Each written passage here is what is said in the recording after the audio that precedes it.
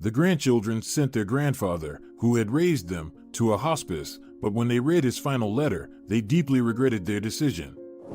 The city's hustle and bustle gradually quieted as the ambulance turned off the busy highway onto a quiet street where in the midday sun rested the old hospice building. Despite its secluded role, the building looked pleasant and cozy, with a beautifully decorated facade and a well-maintained garden around it. The van doors opened, and the medical staff carefully wheeled out a stretcher with an elderly man dressed in a hospital gown.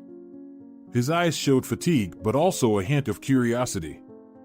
The man, named Harold, scrutinized the building, his gaze lingering on the softly pink flowers swaying in the breeze near the entrance. "Welcome to our hospice, Mr. Jensen," said a woman in a white coat warmly as she approached the stretcher. Her badge identified her as Dr. Lisa Franklin, the lead specialist at the facility. Harold weakly nodded, trying to gather his thoughts and feelings. "Thank you, Doctor," he said quietly, his voice sounding hoarse. "Don't worry, we'll do our best to make your stay here as comfortable as possible," Lisa continued as they slowly moved along the path to the hospice entrance. She noticed Harold tensing as he crossed the threshold of his new home, but she knew this feeling would soon fade once he settled in. Inside, the building was bright and spacious, with high ceilings and large windows through which daylight streamed, filling the corridors with warmth and freshness. The walls were decorated with paintings of landscapes and blooming gardens, and tended to create an atmosphere of tranquility and peace. Harold was placed in a room with a view of a small courtyard where birds sang and leaves rustled in the trees. "This will be your home," Lisa announced, pointing to a comfortable bed by the window. Looking around the room, Harold noted the simple but pleasant furnishings: a small TV, a chair next to the bed, a small table with a lamp, and a few books on a shelf. "It looks very cozy," he said, his voice carrying a note of gratitude. "We try to create a home-like atmosphere here, Mr. Jensen," Lisa smiled. "If you need anything, just call. We're here to help." After Dr. Franklin and the nurses left him alone, Harold slowly turned his gaze to the window, to the world outside, and his heart ached at the thought that this hospice would be his final home. But looking at the serene courtyard, where flowers gently swayed in the warm summer breeze, brought him some comfort. Maybe it won't be so bad here, he thought as he settled in. Dr. Lisa Franklin closed the door to Harold's room and headed to her next patient. In the hospice, each day began with rounds that Lisa made with unwavering warmth and attention to each of her charges. Her white coat rustled softly down the corridors, filling the space with calm and hope. In the next room was Mary, an elderly woman in the final stages of cancer. Mary always looked forward to Lisa's visits. Her face, framed by gray hair, lit up with a smile when she saw the doctor. "Good morning, Mary. How was your night?" Lisa asked, sitting on the edge of the bed.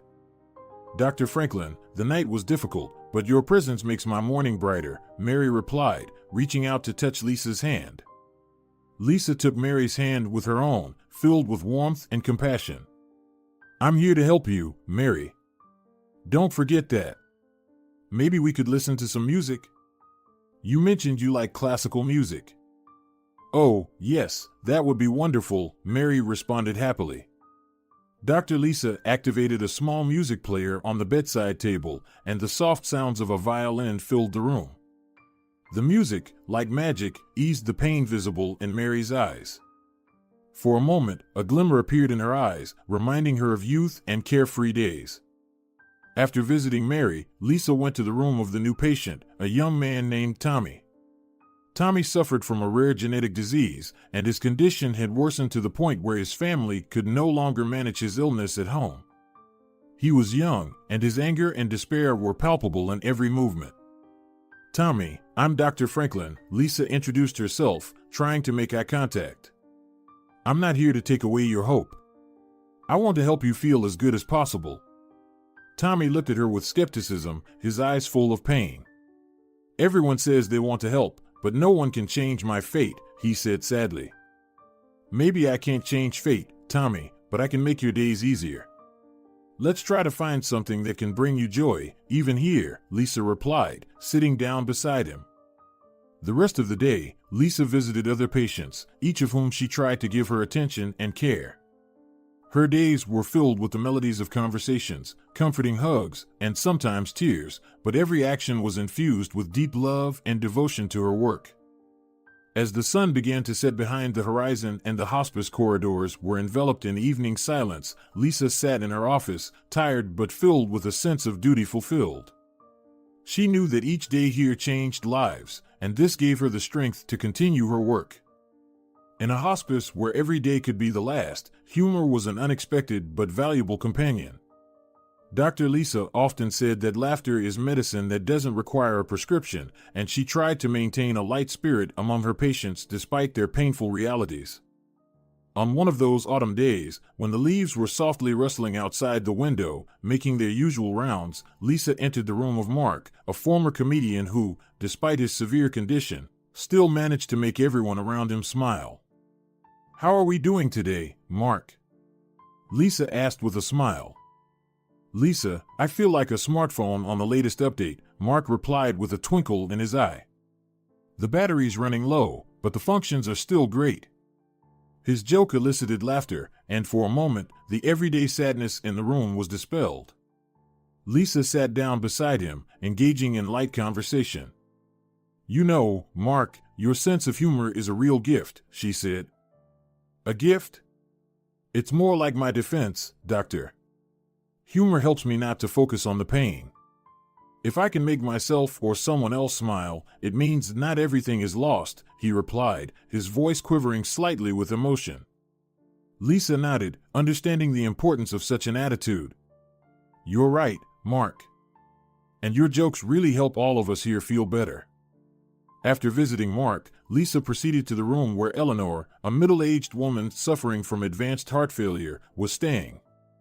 Eleanor loved to tell stories from her youth when she traveled the world. "Dr. Franklin, you know, when I was young, I was quite the adventurer. Once, I even climbed Machu Picchu," she said, her eyes sparkling with memories. "That must have been amazing," Lisa responded, seeing how Eleanor momentarily forgot her pain, immersed in her past. "Oh, it was magical. Too bad photos can't capture all the beauty of those places," Eleanor lamented. "But your stories do," Lisa said confidently. "You bring those places to life for all of us." Continuing her rounds, Lisa felt that each of her patients brought something special to the hospice's atmosphere, whether it was Mark's jokes or Eleanor's travel stories. They reminded her that despite the approaching end, life was still full of color and warmth. By the end of the day, back in her office, Lisa reflected on how important it was to cherish every moment. The jokes and realities of the last days in the hospice were inextricably linked, creating a unique space where everyone could find comfort and perhaps even meaning in their final days. These moments of rage and joy, laughter and tears, were a reminder that life is a mosaic made up of many moments, each deserving to be lived fully. In the bright corridor of the hospice, where each wall seemed to be imbued with stories and wisdom, Dr. Lisa Franklin made her usual morning rounds. With her light step and smile that seemed capable of illuminating the darkest corners, she approached each room with incredible ease, bringing hope and joy. Entering one of the rooms, Lisa addressed her patients, whom she affectionately called her Cavalier, with a question that had become a ritual: "How are our Cavaliers this morning?" Her voice was full of warmth, and the men in the room instantly brightened up, as if the sun's rays had finally pierced through the clouds. One of the patients, Kevin, smiled, showing his unshakable spirit. "Dr. Lisa, when are you finally going to agree to go on a date with me?" he asked with a sparkle in his eye. "As soon as you feel better," Lisa replied with a smile, continuing the game they played every day. "Promise?" Kevin pressed on, pretending to be serious. Of course, Lisa played along, knowing that such little jokes brought joy to her patients and distracted them from their illnesses. Another patient, an old soldier named Edward, decided to join the conversation. "And will you go to the zoo with me?" he chimed in cheerfully. "Of course I will. I promise, as soon as you all get better, we'll all go together to the pizzeria, the zoo, and even the ice cream cafe." Lisa spread promises of future adventures, knowing that these small dreams and jokes helped her patients feel needed and alive. Laughter filled the room, and even the grimmest faces were momentarily brightened with smiles.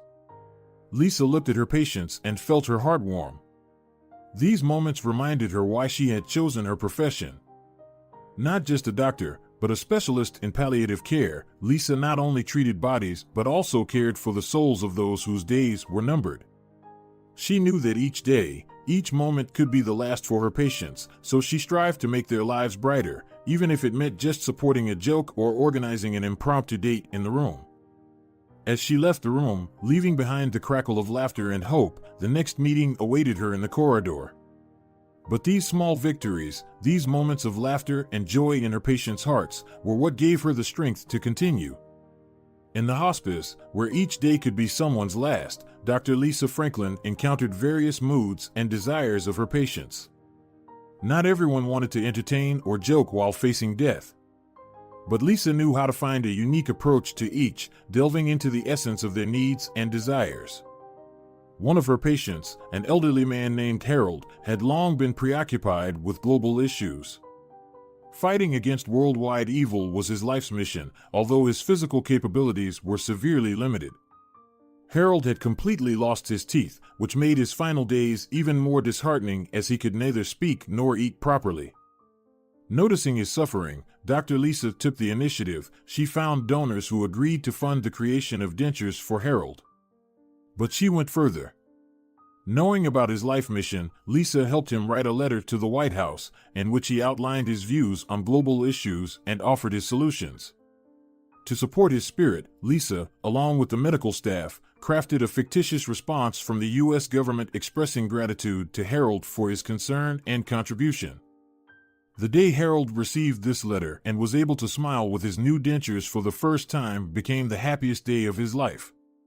This moment marked the peak of his sense of duty and recognition he had long awaited. The old man was deeply touched and grateful to Lisa for her attention and creative approach to his desires and needs. Thanks to Dr. Lisa's efforts, Harold was able to leave this world happy, feeling that his life had meaning. On the eve of his death, surrounded by loved ones and with his new teeth, he felt truly heard and honored. These final moments were filled with profound satisfaction and peace, which he had longed for. Dr. Lisa Franklin, a palliative care specialist, worked in a hospice where each day was like the last page of the calendar for some of her patients. She welcomed everyone who crossed the threshold of this institution, regardless of their past, status, or age. Her patients ranged from young teenagers and even children whose lives were cut short by incurable diseases to the elderly, exhausted and worn out by long years of battling cancer. Lisa made sure to approach each patient with individual attention and care. She knew that in the final days, feeling supported and understood was especially important, not just receiving medical care. For children, she organized small parties and celebrations right in their rooms so they could momentarily forget their pain and experience joy. For teenagers, who struggled with the realization of their fate, she took time to talk about their dreams and interests, turning the hospice walls into a place where they could dream and share their thoughts. Lisa also cared for adults and the elderly, creating comfort and coziness for each. Her approach was not limited to standard practices. She sometimes conducted music therapy or aromatherapy sessions to ease their physical and emotional suffering. For those who had spent their lives in the spotlight or in the political arena, such as famous artists or politicians, she ensured discretion and a private atmosphere, allowing them to spend their final days with dignity and calm. What was important was that Lisa made no distinctions between her patients. Regardless of whether they were poor homeless individuals or well-known personalities, everyone received the same amount of care and attention. Her work was aimed at making every patient feel valued, loved, and respected in these last difficult days, emphasizing their humanity and the significance of their life journey. As the door to the room creaked open, the sound of stillness was broken. Dr. Lisa Franklin, gently knocking, entered the room where a new story was beginning. Before her, sitting on the bed, was a man with deep, contemplative eyes that immediately captured her attention. His gaze reflected endless years of experience, and each wrinkle on his face seemed like a mark of past trials. "Good afternoon. I'm Dr. Lisa," she introduced herself with a warm smile. How are you feeling? The man, recently brought from a nursing home, slowly lifted his gaze. Like a person abandoned by everyone, standing on the brink of death, he replied gruffly, his voice deep and weary. Let's not be so pessimistic, Lisa smiled in response, sitting down on a nearby chair. You're still alive, and that's wonderful.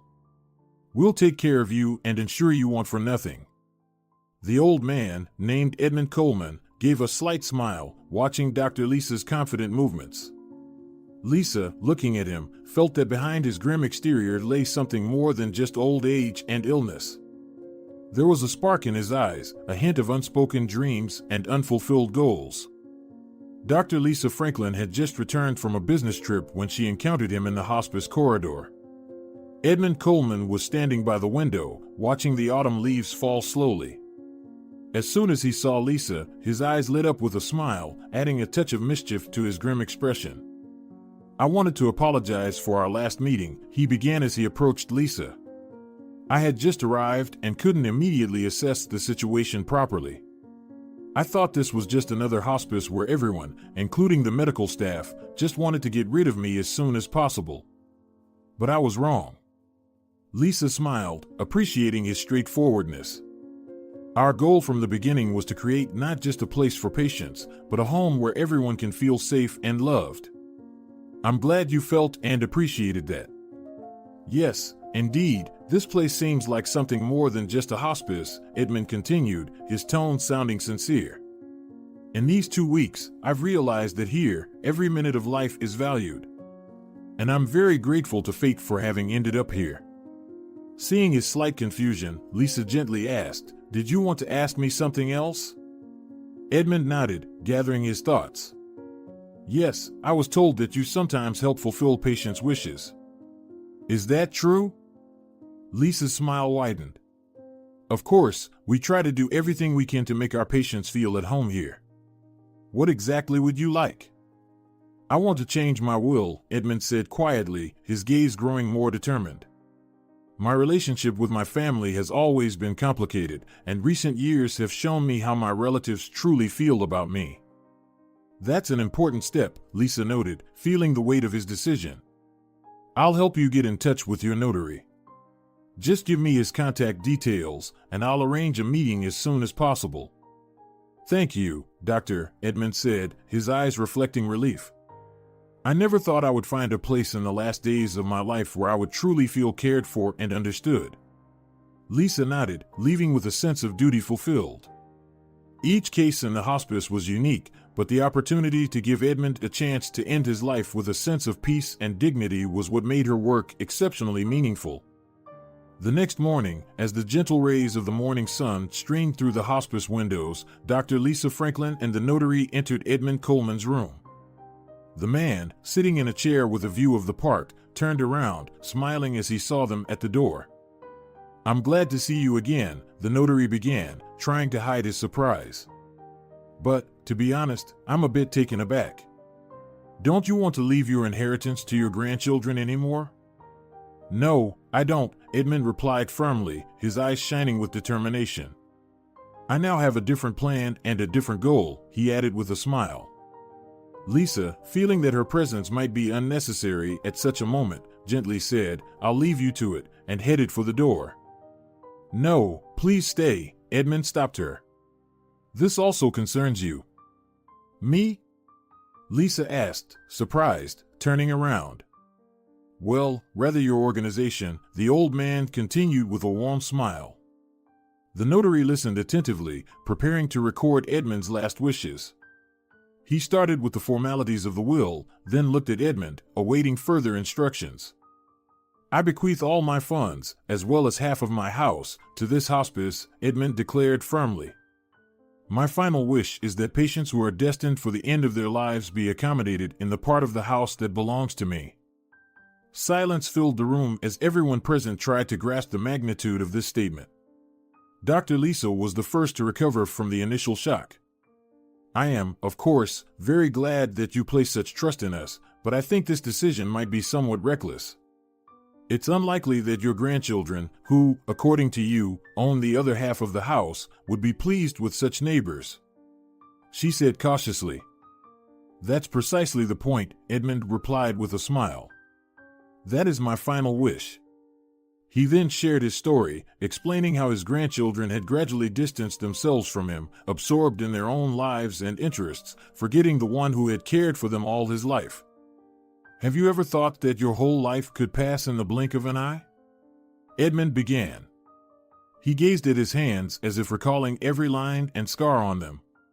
My daughter, she was our late child, our long-awaited baby. My wife and I had dreamed of her for so long. When she was finally born, it was a miracle. We spoiled her as much as we could, never letting her know any denial. Edmund paused for a moment, lost in memories that warmed his heart and caused him pain simultaneously. When she grew up, she fell in love with a guy who was completely unsuitable for her.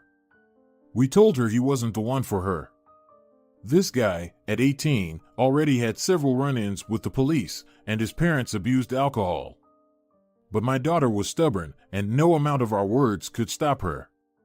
Lisa listened attentively, sensing not only bitterness in his words, but also a love for his daughter, who had always been the center of Edmund's universe. They got married and had 3 children. We tried to support them as much as we could. But when the youngest was only 6 months old, they had a motorcycle accident. The investigation revealed that my daughter's husband was drunk when he took the wheel. They died on the spot. Edmund fell silent, his eyes becoming misty, but he continued. After that, all responsibility for their children fell on me and my wife. My wife passed away when the youngest was 6 years old, and since then I have dedicated my life entirely to raising these children. I learned to bake cookies, used the vacuum cleaner, attended parent-teacher meetings, took the children to various activities. I loved them to distraction.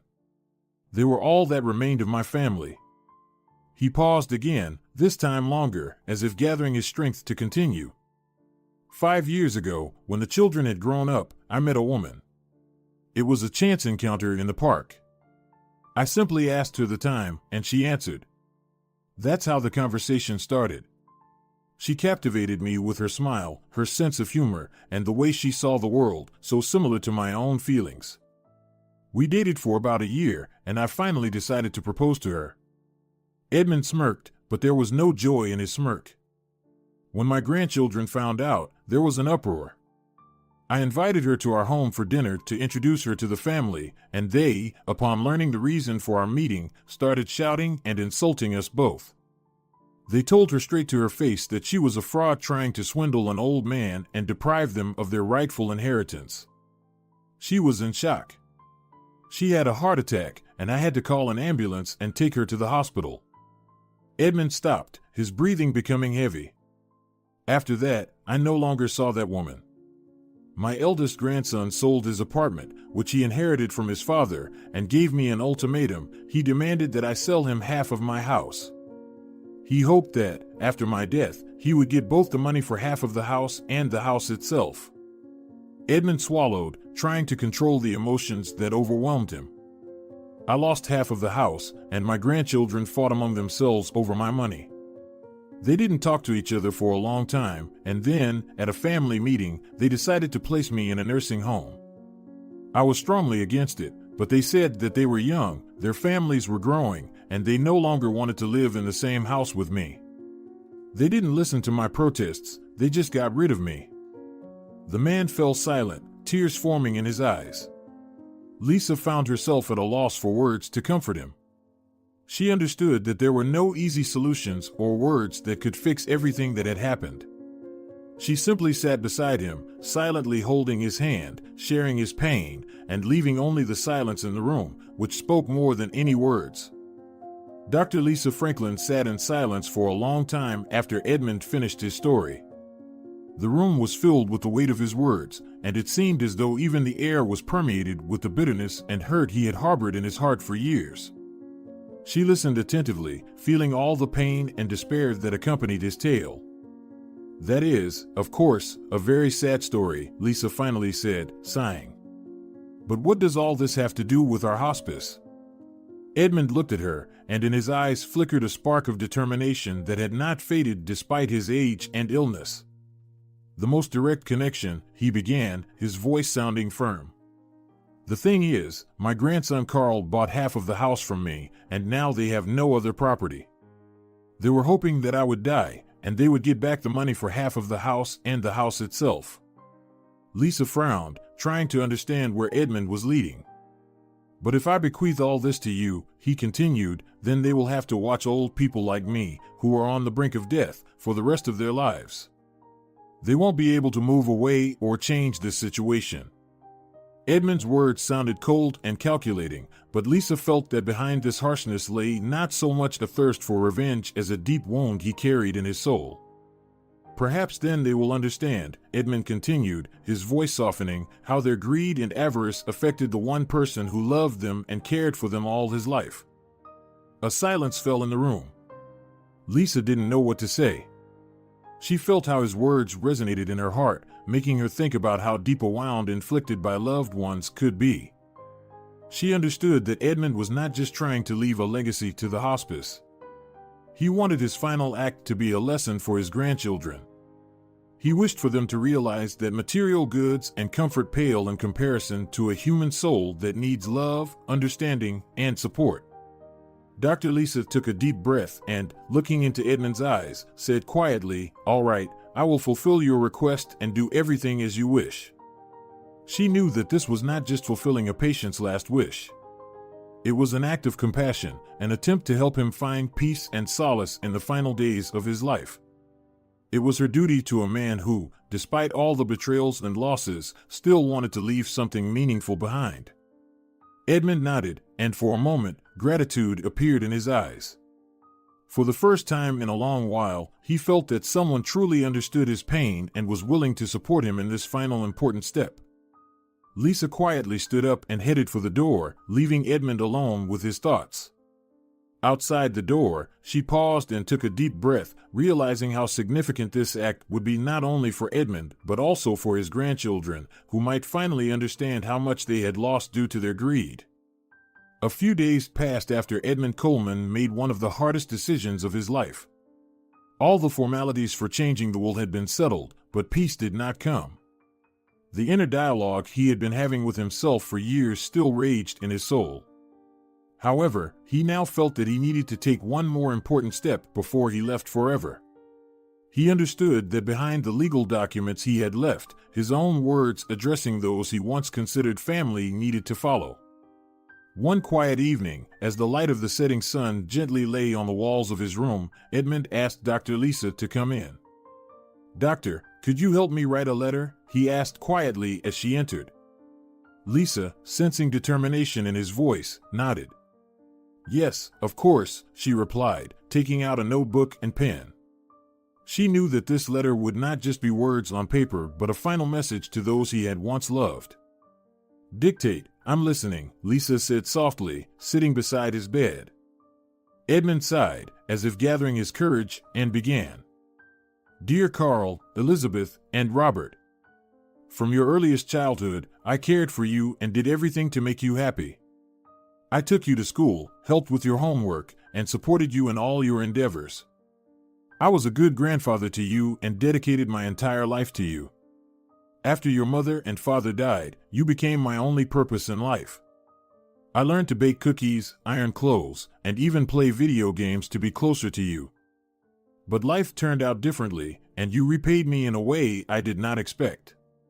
Your greed led to the hospitalization of a woman I was very attached to, and then you sent me to a hospice to die. I know you are counting on my departure soon, so you can take over the entire house and all my finances." Edmund paused, and Lisa noticed his hand trembling slightly. His eyes, full of regret and pain, looked at her, and she understood that these words were torturous for him. But he continued, "But I want to disappoint you.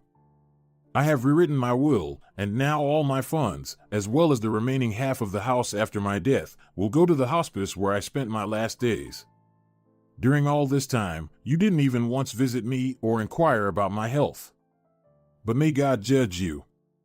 Now, after my death, the part of the house that belonged to me will be turned into a hospice just like the one where I spent my last days, without your involvement. All arrangements will be made with my money. And I know that the half of the house that currently belongs to you, Carl, is the only place where you all will be able to live. You have no means for new housing, and it's unlikely that you'll be able to sell your part of the house with such fortunate neighbors." Edmund stopped, closing his eyes. Lisa saw his face reflect both pain and determination. He sighed and continued, "I just want you to know that I still love you, and my actions are not driven by hatred or resentment. I simply hope and believe that, living each day next to dying people, you will finally understand how important it is for a person facing the end of their life to spend their last days with loved ones, not in foreign and different surroundings. This hospice, which I ended up in by pure chance, became my home, and its staff became people close to me.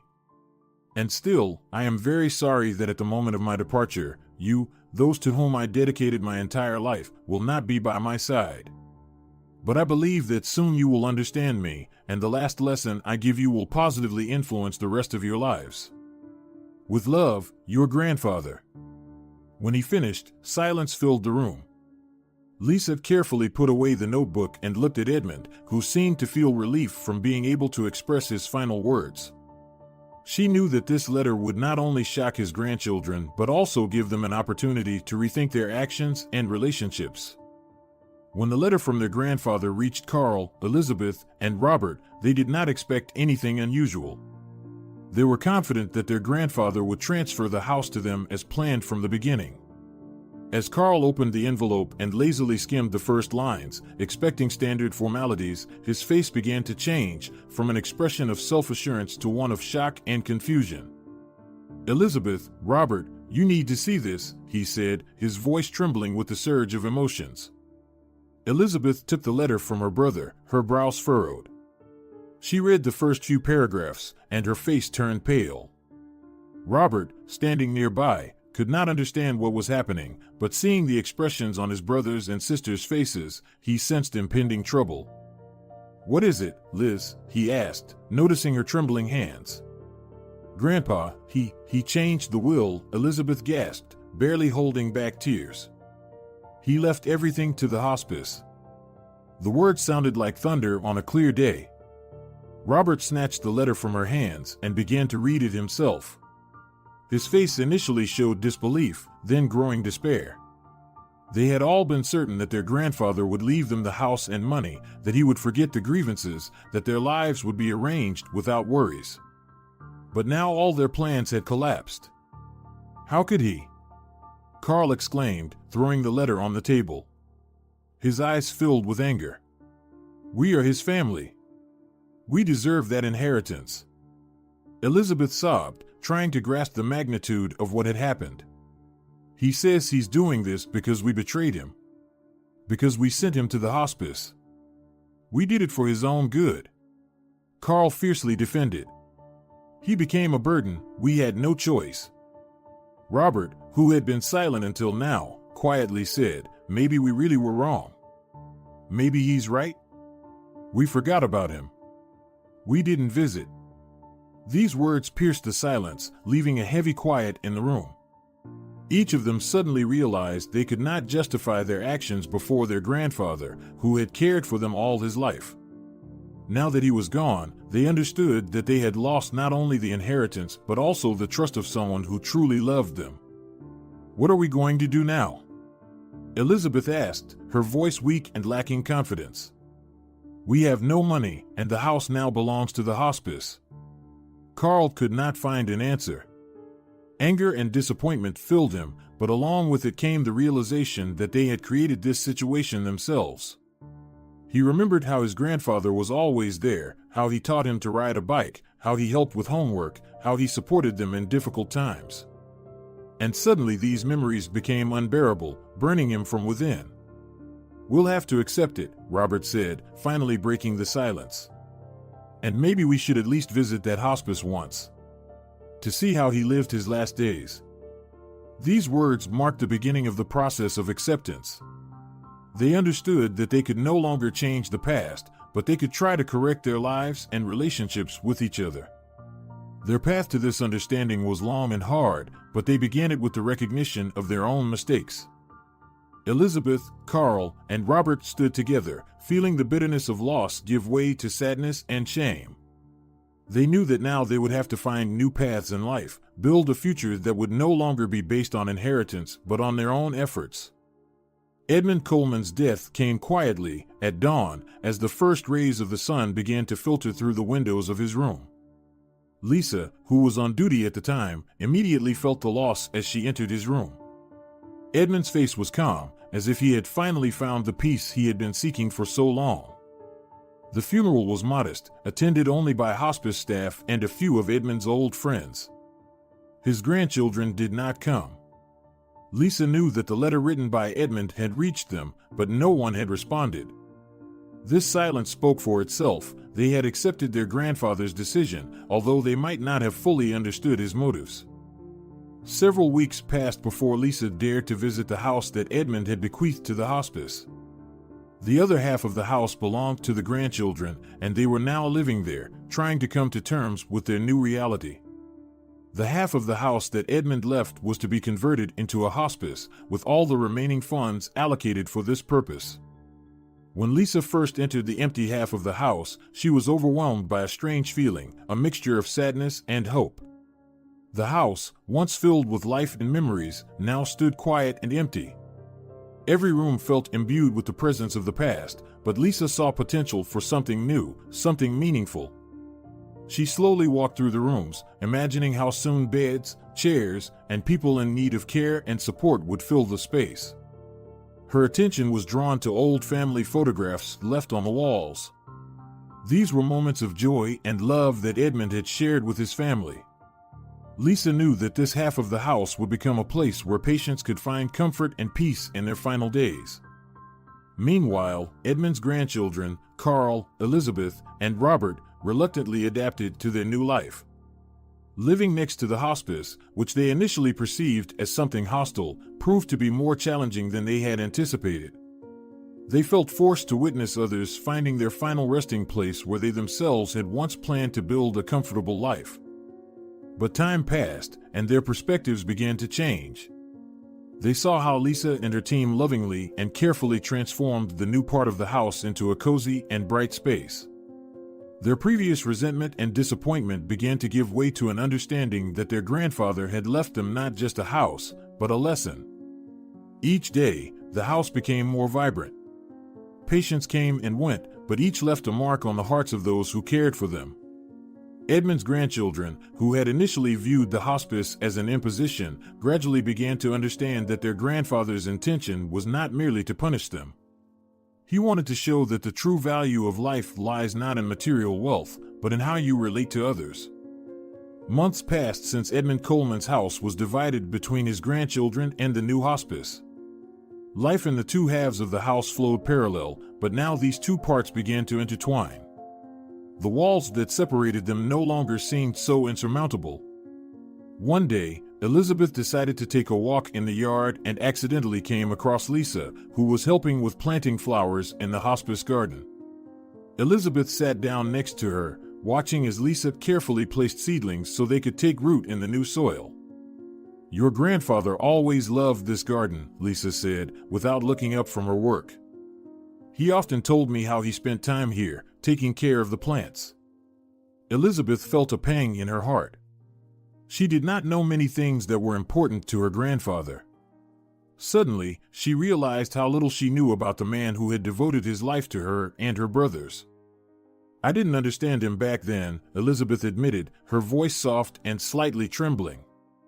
"I always thought he was just aging, that his interests were too far from mine. And now I see how he lived. And what he was truly trying to pass on to us." Lisa stopped and looked at Elizabeth. "He left you not just a house. He left you an inheritance that is much more than property. It is an inheritance of love, patience, and care." Elizabeth nodded, realizing that Lisa was right. The entire house, both her part and the one belonging to the hospice, had become a symbol of what truly matters.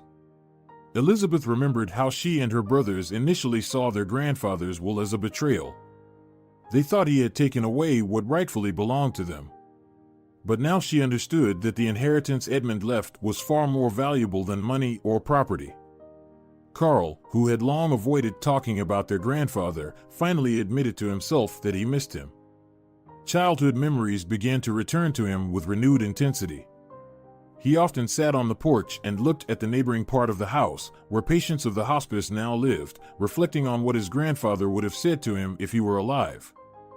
One evening, as the sunset bathed the sky in pink and orange hues, Carl gathered his courage and went to the hospice. He knocked on the door and, upon opening it, saw Lisa. "I just wanted to talk," he said, his voice a bit uncertain. "About Grandpa. About what he did." Lisa invited him inside, and they sat and talked for a long time. Carl shared his thoughts and feelings, and Lisa told him about how Edmund spent his last days, how he spoke of his grandchildren, and how deeply he loved them despite everything. Robert, who had felt the weight of the situation from the start, began to help at the hospice. He found solace in being useful and gradually became an integral part of the team. He saw how patients, whom he had known only for a short time, found peace and comfort in the walls of the house that was once his childhood refuge. Elizabeth had always considered herself a practical and rational person. Her life was meticulously planned: career, relationships, future. But after her grandfather's death and the events that followed his will, her familiar world began to crumble. The house, which she had once seen as a symbol of stability, had become a place that forced her to reassess her life, her priorities, and even her self-view. At first, Elizabeth resisted the changes. She continued to go to work, trying to maintain her old routine, but something inside her had shifted. Gradually, she began to notice how her thoughts increasingly returned to the house where the hospice now was, to the people living there and needing help. She saw how her brothers, Carl and Robert, were gradually finding their place in this new world, and she realized that her life could no longer remain the same. One evening, as silence enveloped the house, Elizabeth stood by the window, looking at the part of the house that was now the hospice. Soft light streamed from the windows, and she could see the silhouettes of people moving inside. She pondered that her grandfather might have seen this house not just as property but as a place where life could continue even after his departure. The next morning, waking up with a newfound sense of determination, Elizabeth headed to Lisa. She found her in the garden, where Lisa was once again working with the flowers that were so dear to her grandfather. "Lisa," Elizabeth began, hesitating slightly, "I want to talk to you about working at the hospice." Lisa looked at her, surprise flickering in her eyes, but it quickly turned into a warm smile. "Of course, Elizabeth. What specifically do you want to discuss?" Elizabeth sighed, gathering her thoughts. "I realized that over these months, my brothers and I have been focused on ourselves. We were too absorbed in our own losses and grievances to see what really matters. But now I feel that I want to make a change. I want to be useful. I think working here at the hospice might help me understand how I can live my life better." Lisa nodded, sensing the sincerity in Elizabeth's words. "I think that's a wonderful decision. There is always a need for people willing to help, and I'm sure you will find your place." From that day, Elizabeth began working at the hospice. At first, she assisted with simple tasks, accompanying patients on walks, making tea, talking with them. But over time, she became more immersed in this world. She learned how to care for people in their final days, how to comfort them when they needed support, and how to share moments of joy with them. Each day brought her a new understanding of life and death. Elizabeth realized that her grandfather had left her not just a house, but an invaluable lesson. He taught her that caring for others is not only a duty but also a way to find oneself. One day, as Elizabeth was helping a patient, an elderly woman named Mary, the woman took her hand and said, "You know, dear, you have a kind heart. I can see that you are trying to help not just us, but yourself as well." These words deeply touched Elizabeth. She understood that the new life she had started at the hospice gave her a chance to see the world from a different perspective. She became more empathetic, open, and attentive to the needs of others. This work helped her rid herself of selfishness and taught her the importance of small joys and genuine smiles. Each day, she increasingly realized that what she had been missing before was a true connection with people, a real sense of purpose in what she did. She was not just helping others, she was finding herself in this new world that her grandfather had left her as a legacy. Elizabeth no longer feared the future. She knew that, whatever difficulties might arise, she would be able to handle them, relying on the experience she gained at the hospice and the wisdom her grandfather had left her.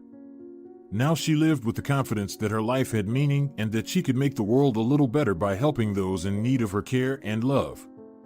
Working at the hospice changed Elizabeth's life, but she was not the only one learning and growing in this place.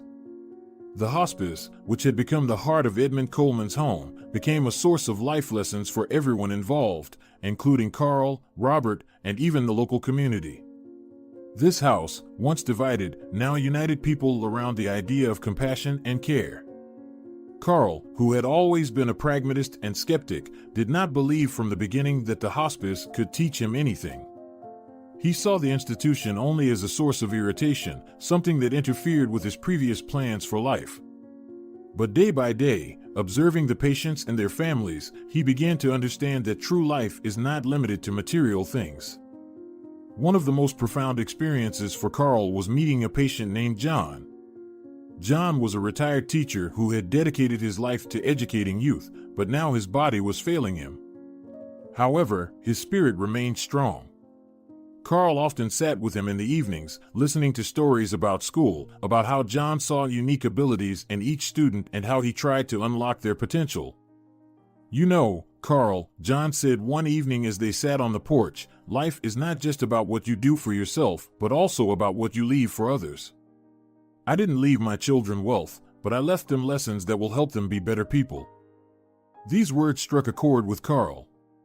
He began to reflect on what he himself would leave behind and what truly mattered in life. Everything he had considered his success seemed so hollow compared to the legacy that John had left his students. Robert, always quiet and somewhat detached, found something in the hospice that finally gave him a sense of belonging. He had always felt a bit out of place, but here he found his role, where his kindness and caring were truly needed. Working at the hospice, he realized that true strength lies not in dominating others, but in helping them, especially in their most difficult moments. He formed a friendship with an elderly woman, Mary, who shared her thoughts on life and death with him. "Robert," she said as they sat in her room, "all we have at the end of life are the memories of how we lived. Not things, not money, but the moments when we were there for those who needed us." These words were a revelation for Robert. He began to understand that his duty was not to build a career or achieve material success, but to be a person who could be relied upon, who would be present when it truly mattered. Lisa, watching how the hospice changed the lives of these young people, felt deep gratitude towards Edmund. He had left them not just a house, but a place where they could find themselves, reveal their true qualities, and understand what real life was about. Lisa saw how each of them began to realize that caring for others was not just a job, but a way to find meaning in their own lives. The hospice, which had become an integral part of the house, continued to teach everyone who encountered it simple but profound truths. It taught that life is short, but it can be filled with meaning through love and care for others. It showed that the most valuable legacy one can leave is not material wealth, but how one has impacted the lives of others. Elizabeth, Carl, and Robert, each in their own way, began to realize what their grandfather had been trying to achieve. He didn't just bequeath them a house, he gave them the opportunity to learn something important, to find themselves, and to become better people. Now they saw that the true meaning of life was not in accumulating wealth, but in how you use your life to help others. The lessons they learned at the hospice would stay with them forever. They knew their grandfather would be proud of them, seeing how they had changed, how they had found their place in the world. The hospice became a symbol of new life, new hope, and new opportunities for them. And although they began this journey with disappointment and resentment, they now understood that it was here, in this house, that they found their true calling and their real family. The times when Edmund Coleman's house was divided into two parts were slowly fading into the past. The house, which once seemed a symbol of division and discord, had become a place of unity and healing. Here, not only did two families coexist, but new, deep connections developed, seemingly predestined by fate itself. Carl, Elizabeth, and Robert had come a long way from resentment and disappointment to acceptance and understanding. Their journey had not been easy. Each of them faced inner demons, experiencing moments of regret over how they had treated their grandfather. They remembered how they had once let their selfish ambitions overshadow the love and care he had given them. But life in the house, now housing the hospice, had changed their hearts. One evening, as the sunset painted the sky in crimson and golden hues, the siblings gathered on the porch. They sat together, silently enjoying the tranquility that was no longer burdensome but, on the contrary, brought them inner peace. Lisa, ever caring and attentive, came to the porch to ensure everyone was okay. Carl, who had always been the most reserved and stern, suddenly broke the silence. "You know," he began, looking into the distance, "I've been thinking a lot about how we treated Grandpa. How we left him, forgot about him, and thought only of ourselves." Elizabeth and Robert nodded silently, understanding that these thoughts were close to each of them. "I feel guilty," Carl continued.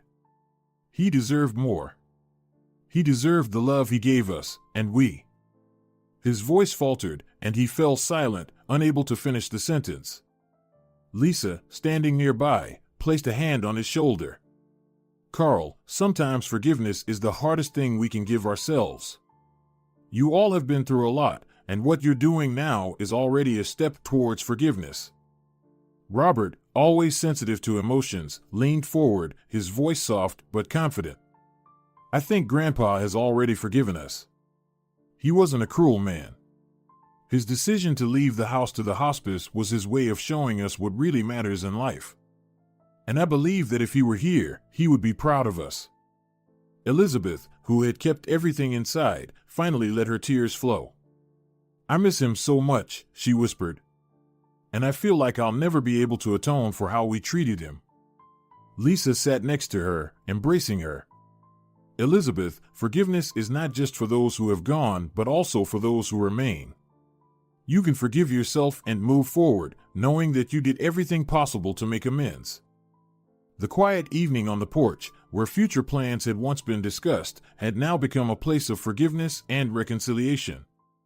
They sat together, as if one, realizing that their grandfather's legacy was not in the house or the money, but in the lessons he had left them. His lessons about love, care, and forgiveness had become the foundation of their new lives. Over time, working side by side in the hospice and living under one roof, the siblings began to rebuild not only their relationships with each other, but also with their inner selves. They understood that their grandfather, despite all their mistakes, had loved them until the end. And now they could love and forgive themselves, continuing his work and making the world a little better than it was before.